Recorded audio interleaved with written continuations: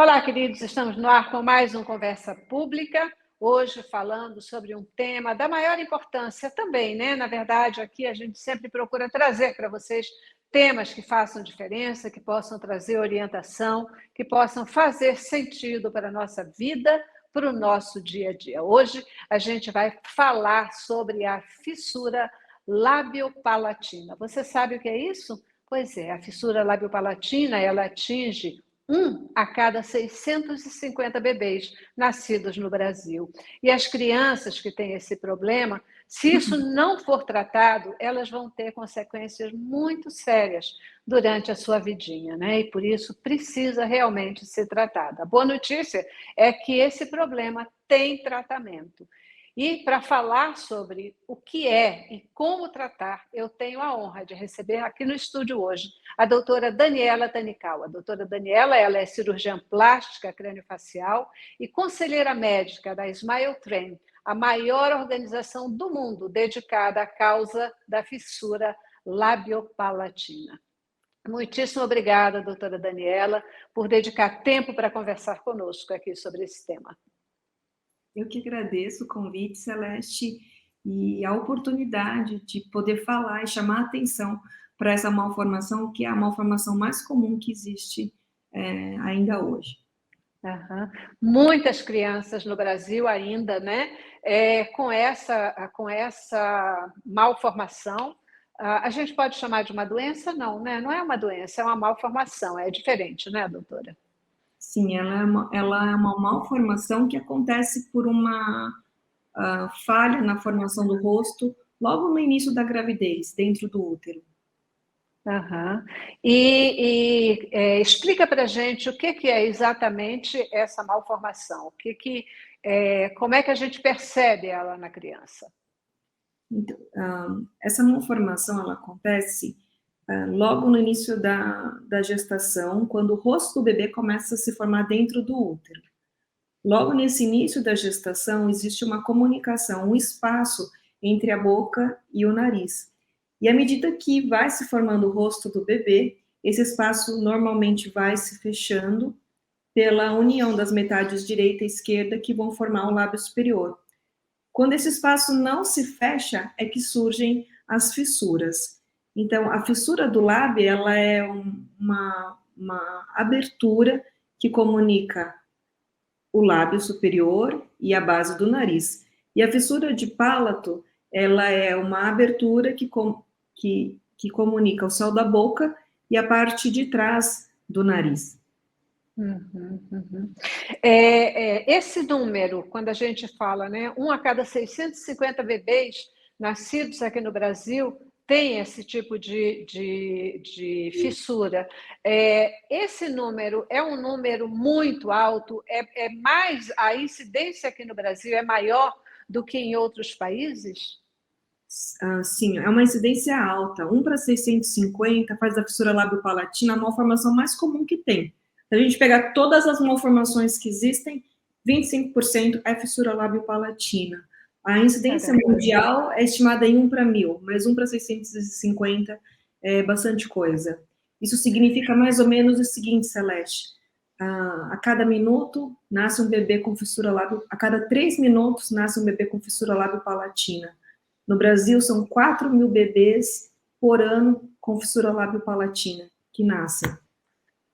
Caramba! E por que isso acontece? O que provoca essa fissura, doutora? Ninguém sabe ainda ao certo. Isso está associado a uma combinação de fatores ambientais e predisposição genética. Mas na grande maioria das vezes, 70% das vezes, são famílias saudáveis, que não têm casos na família, que desejam bebê, planejam a gestação e simplesmente acontece. A gente ainda não tem uma causa exata. Existem fatores de risco comuns a todas as malformações, por exemplo, se a mãe usa medicação anticonvulsivante, se ela é diabética, se ela fuma, mas isso seria comum a qualquer malformação. Especificamente, a gente não conseguiu achar ainda hoje uma causa exata. Tenso isso, né? Tenso, porque a gente vê uma incidência tão alta aqui no nosso país e a gente não conseguir identificar exatamente o que causa, assim, preocupante, mas a gente entende, né, que a melhor notícia é que isso tem tratamento e que pode ser cuidado.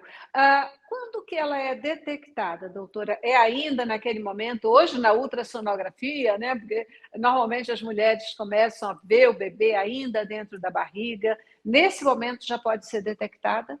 Sim, a fissura, o diagnóstico da fissura, principalmente a fenda do lábio, a do palato é mais difícil porque está dentro da boca, mas a do lábio costuma ser diagnosticada já no ultrassom morfológico, durante a gestação. E esse é o momento que gera muita insegurança nos pais. A mãe sempre tem, a vida inteira de um filho, a mãe sempre tem esse senso de responsabilidade, de que foi algo que fez ou que deixou de fazer. E a primeira coisa que tem que ficar clara é que não existe esse fator, né? Como eu disse, na maioria das vezes a gente não acha um fator predisponente para o surgimento da fissura. Então, a gente não sabe o que aconteceu. Então, esse sentimento de culpa é importante que não se tenha. Gera, sim, muita ansiedade. E quando o diagnóstico não é feito na gestação e ele é feito ao nascimento, isso gera muita ansiedade também. Existe todo um planejamento que envolve o nascimento de um filho, e quando esse diagnóstico vem ao nascimento, isso gera muita ansiedade, porque não existe informação, porque não se sabe como que vai ser, como que vai cuidar. Mas quando a gente tem esse diagnóstico antes, é possível que a família se prepare, porque como você mesmo disse, existe tratamento. E o tratamento correto permite uma vida plena para essa criança. Então, é muito importante que se tenha isso em mente. Eu acho que a sua colocação é da maior importância, né? Porque, via de regra, é isso mesmo, quando a gente tem um bebê, a expectativa é que ele seja perfeitinho, né? Que não tenha problema nenhum, e qualquer coisa diferente que se detecte, isso realmente causa angústia, causa pode causar esse sentimento de culpa, o que eu fiz, o que eu deixei de fazer. De qualquer forma, nunca é uma coisa unilateral, né? Porque a mulher cuida dessa formação toda, mas o bebê ele é formado a partir do óvulo e do espermatozoide, então do homem e da mulher, e na hora que a gente não sabe a causa, também não há que se dizer que é responsabilidade de um ou responsabilidade de outro. E no duro ou no duro, isso é o que menos importa nesse momento, né? O que mais importa é que se cuide, que se busque o tratamento. Queridos, eu estou conversando aqui com a doutora Daniela Tanikawa, ela que é uma especialista, né, cirurgiã plástica, craniofacial e conselheira médica do Smile Train. E a Smile Train é uma organização, a maior no mundo, dedicada à causa da fissura lábio-palatina. Doutora, quais são os tratamentos existentes para essa fissura lábio-palatina? A primeira coisa que tem que ter em mente é o que ela implica, porque quando a gente pensa na fissura de lábio, a gente vê logo a implicação estética, mas isso é um aspecto, apenas um dos aspectos que envolve a fissura lábio-palatina. Nós podemos ter implicações na fala, na audição, na alimentação, no ganho de peso, na audição, na oclusão dos dentes, no crescimento do rosto. Então, a primeira coisa que a gente entende, quando a gente entende o que ela abrange, a gente entende que o tratamento deve ser, multidisciplinar, ele envolve diversas especialidades, interdisciplinar, porque essas especialidades precisam trabalhar em conjunto. E existem diversas etapas ao longo da vida da criança. Então, uma criança que nasce com fissura lábio-palatina, ela começa o acompanhamento na equipe ao nascimento ou com sua mãe gestante, mas ele só finaliza na maturidade esquelética, com o indivíduo adulto. Então, nós temos diferentes etapas e diferentes abordagens de diferentes especialistas ao longo desse tempo. Por exemplo, Celeste, a primeira coisa é a questão da amamentação. Logo que o bebê nasce, existe o impacto da deformidade do ponto de vista estético, mas existe uma grande angústia de como eu vou alimentar o meu bebê. Eu preciso usar uma mamadeira especial, eu consigo dar o seio materno. Se a mãe tenta dar o seio materno, por exemplo, a criança tem fenda palatina, ela não consegue fazer a alimentação adequada, A criança, o bebê fica estressado, ele não para de chorar, a mãe fica angustiada porque o bebê não se alimenta e ele não se acalma. O intervalo é muito curto, ele perde peso, e isso gera, assim, vira um ciclo enorme. Só que quando a gente tem a informação e a gente chega no centro, a gente consegue resolver isso. Então, a mãe pode dar seio materno, leite materno. Se a criança tiver fenda palatina, é mais fácil tirar o leite com a bomba, colocar numa mamadeira e oferecer isso para o bebê. Precisa ser uma mamadeira cara? Não precisa, né? Então, existem diversas alternativas, o que precisa é ter conhecimento. E por isso que o centro que deve acolher e orientar é o centro especializado. Mas tem diferentes etapas de cirurgia. Perfeito. E da abordagem da equipe toda. Ainda ontem estava lendo um pouquinho sobre isso, né, sobre essa questão da amamentação, e é importante porque a criança, quando ela suga o peito, na verdade, a posição correta é quando o mamilo está encostando no palato, né, porque é ali que ela vai fazer a pressão e quase que estimular a produção do leite da mãe, né? Então, realmente um impacto grande se a criança tem esse problema e que realmente precisa ser cuidado, precisa ser cuidado. Vamos falar um pouquinho do tratamento, doutora. Como é que se dá esse tratamento? Eu fiquei com uma curiosidade. Você falou que ele começa no momento do nascimento e vai até a maturidade esquelética, né? Já a fase adulta. Em que idade, do que a gente está falando? Que dimensão de tempo é essa da maturidade esquelética? A maturidade esquelética seria o final da adolescência, 17, 18 anos. Por quê? Porque se a gente tem, por exemplo, vamos falar do tratamento cirúrgico. A gente pode ter fenda no lábio, fenda no céu da boca e fenda na gengiva. Então, nós fazemos cirurgias essenciais, que são as cirurgias para correção da deformidade do lábio e do nariz, do céu da boca e da gengiva. Essas são as cirurgias principais. Via de regra, a gente opera o lábio entre 3 e 6 meses. O céu da boca entre 1 ano e 1 ano e meio. E a gengiva é lá na frente, de 8 a 12 anos. Dependendo do que acontece nessas cirurgias primárias, nós podemos ter necessidade de outras cirurgias ou outros impactos. Por exemplo, alteração do crescimento do rosto, necessidade de cirurgias definitivas do nariz. E essas cirurgias definitivas só são feitas na maturidade esquelética.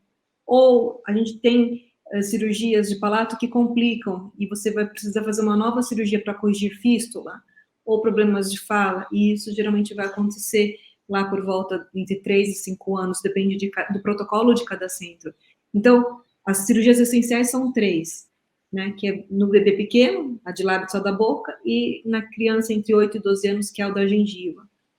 Essas são as cirurgias essenciais. Mas durante todo esse percurso, antes da cirurgia, depois da cirurgia, nós temos necessidade de tratamentos associados. Então, a alimentação, que é o tratamento da fonoaudióloga, né, o preparo para enxerto e alinhamento dos dentes, que é o trabalho do ortodontista, implicações na audição, porque a musculatura que regula a tuba pode estar alterada, a associação com o otorrino, a terapia depois de fala, de novo com a equipe de fonoaudiologia. Então, são várias intervenções conjuntas ao longo da vida. O indivíduo só tem alta quando ele chega na maturidade esquelética e a gente tem esse tratamento finalizado. Então, é como um casamento.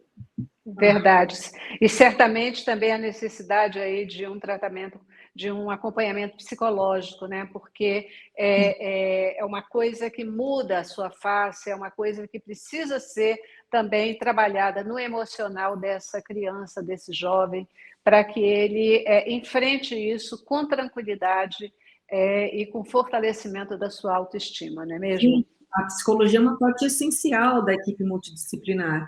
A psicologia faz o acolhimento dos pais no primeiro momento, quando eles têm o diagnóstico, ele tem essa ansiedade do que por que surgiu, o que vai acontecer, existe uma insegurança sobre como vai ser logo na maternidade, se precisa ir para a UTI, se o bebê vai precisar de sonda, se vai precisar de placa, se pode ser parto normal, se isso tem implicação se o parto pode ser cesárea ou não. Então, existe essa ansiedade, a psicologia é essencial nisso. Segunda coisa que é essencial é a informação, para que a família entenda que sim, existe o tratamento, a equipe está para acolhê-la e ajudá-la em todas as etapas que ela precisar. Isso dá uma segurança enorme, porque quando a família tem a informação, ela vai para o momento do parto já preparada. E uma coisa que às vezes gera muita angústia, quando a família tenta colocar na internet e procurar, invariavelmente os pais fazem isso. E aí você olha, o padrão de deformidade é muito enorme. Então, tem fenda pequena, tem fenda gigante, tem lugar que opera com 3 meses, tem que opera depois, tem tratamento, tem gente que faz isso, tem gente que não faz, aonde que eu vou tratar, como que eu vou tratar, né? Então, são vários aspectos, mas psicologia, assistente social, são partes essenciais da equipe multi, pediatria, né? Perfeito, perfeito. Eu queria lembrar que você nos acompanha, né, aqui no Conversa Pública pela Rede Boas Novas de televisão, mas também pela Rádio Boas Novas, que embora atenda lá na região dos Lagos, aqui no Rio de Janeiro, ela está presente no seu celular através dos melhores aplicativos. E também pelo YouTube. Você consegue assistir toda a programação da Rede Boas Novas de televisão, e inclusive o Conversa Pública. A gente também recomenda a você que pode nos acompanhar pelo YouTube do Jornalismo da Boas Novas. O programa fica lá disponível para você assistir quantas vezes você quiser. Doutora, esse tratamento, a gente está falando aqui do Smile Train, que é essa instituição completamente dedicada à causa da fissura labiopalatina, é a maior instituição, né, cuidadora desse assunto. Fale para a gente um pouquinho da Smile Train.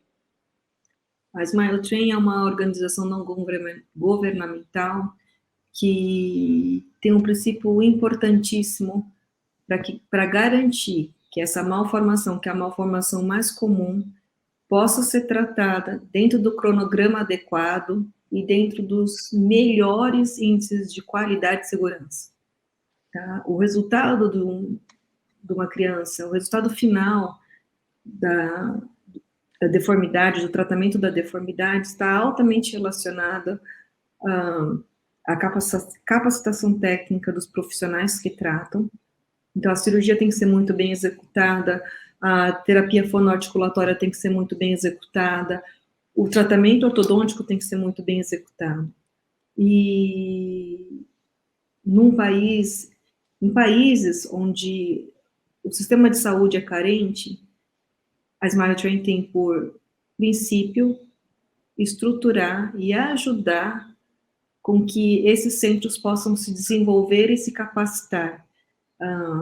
Na filosofia, ensine o homem a pescar e ele nunca mais passará fome. Então, a cirurgia é uma parte do tratamento, mas ela é uma parte. Eu preciso ter todo esse acolhimento, toda essa equipe multi. E aí que eles entram, fazendo essa capacitação técnica dos centros que são menores e que precisam de um treinamento maior, garantindo segurança, então, critérios de segurança em equipamentos e em equipe, e desenvolvendo programas educacionais. Então, é um trabalho maravilhoso, é um trabalho gigante e que faz muita diferença. Então, hoje nós temos Smile Train em mais de 90 países.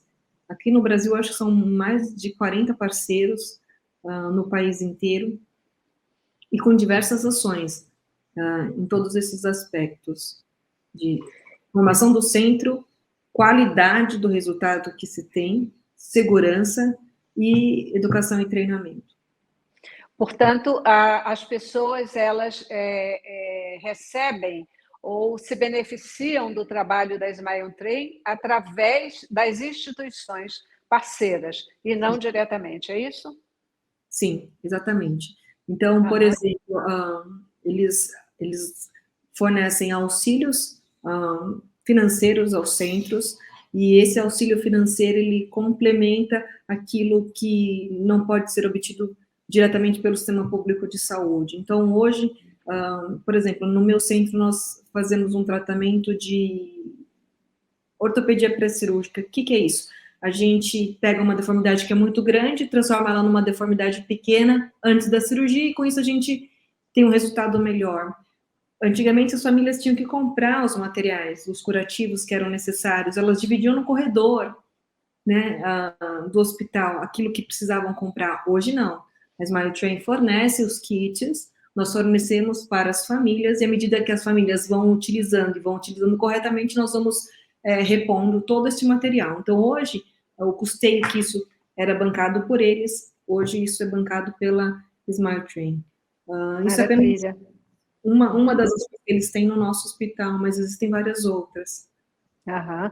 E o Sistema Único de Saúde, nosso, ele oferece esse tipo de suporte, ele é apoiado pela Smile Train. Como é que as pessoas podem ter acesso a esse tratamento? Com esse padrão de qualidade da Smile Train? Existem centros parceiros da Smile Train no Brasil, você consegue localizar esses centros parceiros entrando no site da Smile Train Brasil, você coloca lá, encontre um centro de tratamento. A fissura labiopalatina precisa ser tratada em centros especializados de tratamento. Tá? Você precisa ter cirurgiões especializados, fonoaudiólogas especializadas, ortodontistas especializados, toda a equipe precisa ser especializada para trabalhar junto ao longo desse longo período, um período longo. Então, existem sim centros SUS muito bem preparados para fazer esse tratamento no país. Maravilha, maravilha. Doutora, a gente, às vezes, né, nem fala tanto sobre assuntos que são tão impactantes. Ouvindo você e as consequências desse tipo de problema, que não é só uma questão estética, né, mas que afeta a fala, a respiração, etc. Tantas outras